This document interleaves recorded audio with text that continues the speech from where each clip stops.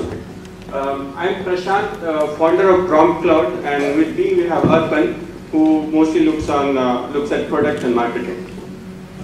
A brief overview of how the presentation will go like. I'll try to build a case. What's the pain point to solve?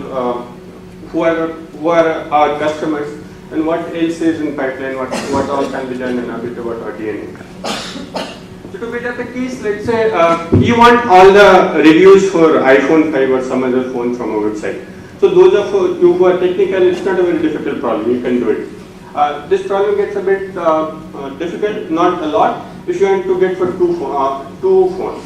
And still more difficult if you have to get from, let's say, 3 websites or 5 websites. And I'll assume for a normal guy, it's a lot more difficult if you have to get from 100,000 websites. And that's what we do. So we have built a big data platform, and on top of that, our first and flagship product is large-scale data crawl and extraction. So we kind of gather data for our clients from multiple websites in near real time. And the normal problems over there which you face are very different from what you'll do if you do data stripping on a small scale. Commonly you see websites changing frequently, and there's no standard. I don't think there will ever be a standard because everybody does whatever he likes, but they pick up a standard they like. And there are problems of distributed computing, cluster management, all the cloud computing, because needs keep varying. Sometimes you run 300 servers, sometimes you run 70, and then you have to take care of all this. If you don't optimize on infrastructure uses, all the money is lost. To go together with that, we offer other related solutions which you can use via our API, and they are hosted indexing where you can index your data and later be able to search it. So this is very useful for small e-commerce sites and other enterprise clients who have large amount of data. So we have clients who have 50 million records, and they are not able to make an index out of this and have consistency across clusters. So they can use our services to do this. We also have big data analytics in a small way, not yet very public and very popular, to support our offering. To build on that, so with all this technology stack and the solution, who are our clients? Whom do we serve, and what's the need it fulfills? You can see those of you who are from tech echo chamber, they can easily see that these are the common suspects. So to build something like what we have done, these people in market research, real estate, or e-commerce, they are the people who use services like ours, and most of our clients are from similar domains. So when we started, there were not a lot of awareness about that something like this can be done, or this exists as a service or as a platform. We went and talked to them. These were the guys who could get the solution easily, and they came on board. Can you just go back?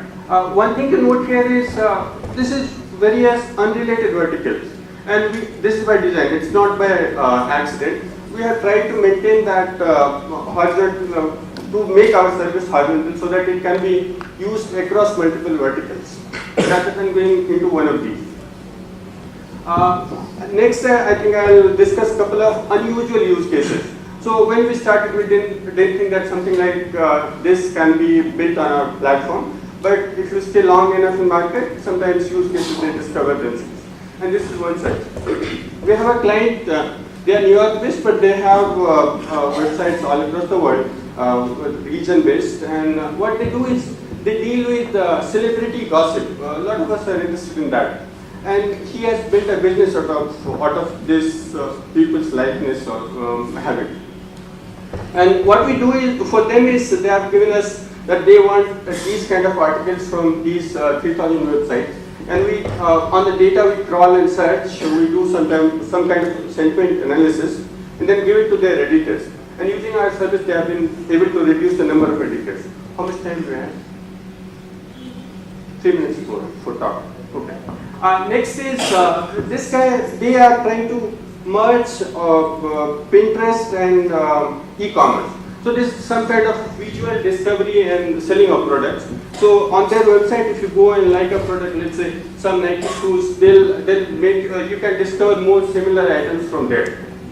And what we do for them is when a new website is added, let's assume for a minute that Amazon is a small and new website. So somebody adds that Amazon, he wants us to get all the similar data from this with all high resolution images, all the structured data, and that's what we have been doing for them. This, when we got the mail that we got selected, that mail said that you should not only talk about what all you are doing, but what the possibilities are. So we were forced to add few slides, which you don't do right now. Issues with all this large amount of data, there are multiple possibilities. Some of these we'll do, some of these somebody else will do, some of these may not ever be done. But we still thought we'll discuss them. So if you take large amount of data, you can easily predict, not easily predict, but still have some idea of people's behavior, what they'll do, what they'll buy next. And such technologies have been in place at least from 2007 and 8 onward. But what current big data technologies and trends they enable is, you can democratize the data inside. So not only the big guys can do it with using technology and platform like ours. Even small shops they can figure out. So you can take small amount of credit card usage pattern, and you can see that if these things are bought together, which are all non-perishable and non-related, probably this is a misuse of credit card, or this is a stolen credit card. And there are multiple other things which are more important, and we don't do it now. I don't even promise that we'll be doing it 10 years from now, but I do know that somebody else will be doing it, and this will be done. And these are the problems which will be solved by the landscape and people and company in this area. Some of these will pick up maybe 2 to 3 years now, or maybe 6 months from now, but no definite roadmap on all that. I'd also like to briefly introduce ourselves. What goes behind the scene? Who all consume PromptCloud, and what's the technology stack? Very brief, that technology stack gradually evolved. When we started, we were in Hadoop, mostly Hadoop, but with client needs and low latency, real-time stuff. We added multiple other things, lot of homegrown stack, some NoSQL stuff, and a lot of stuff with the infrastructure management, which I talked earlier, because a lot of our optimizations is in that, because we run on huge, large clusters, and if you don't optimize that, it's really difficult to succeed. Beyond that, to conclude, I thought we'll add a couple of slides about our DNA. Now, what got us that far, and what separates us from others. We have been in business for the last 3 years, and it's a bootstrap company, and we are doing fairly good. What we thought is, what I feel got us doing, and we came that far, is we had a good product market fit. So we kind of tried to solve something where people have pain point, and we tried to solve customers' problem, and rather than inventing use cases on ourselves. Next is, initially and even now, we didn't focus a lot on money. Main thing is, if customers are satisfied in long term, that helps. So at times we took cut money-wise, but in long terms they stayed longer and they have been satisfied and getting the referral customer.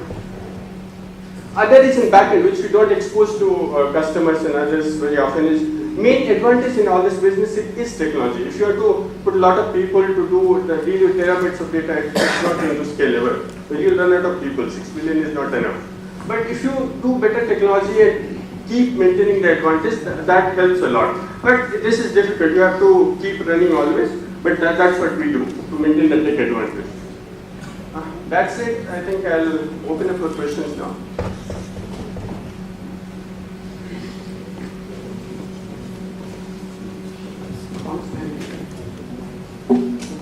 Anyone with questions? Yeah.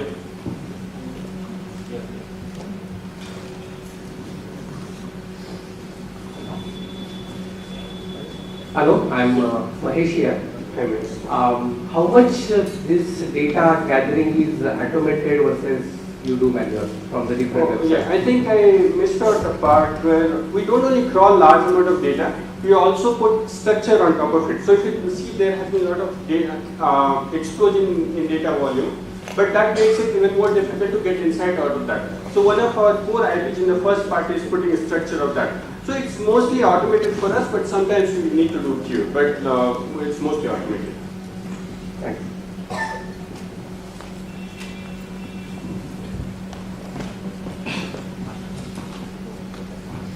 Hi, you hear me? Yes, please. My name is Gorankar. So, when you do this crawling, like say you mentioned about Amazon, now do you get into any legal issues or something, or how does it work? See, legal issues, we kind of position ourselves what search engine do. What Google does, I assume it's legal. So as long as you don't take the content and publish on your website as it is, it should be viewed. I'm not a lawyer. You need to consult. But there are many people, kind of many companies and whole verticals and segments who take data from all across and they do analytics on top of that. So we just enable that. And otherwise also, it's not only public data, at times you take enterprise data and do analytics on top of that for clients. So they use our APIs to get that done. Yeah, and if some website blocks crawling, if you have a website and you don't want others to crawl, nobody does that. We also don't do it.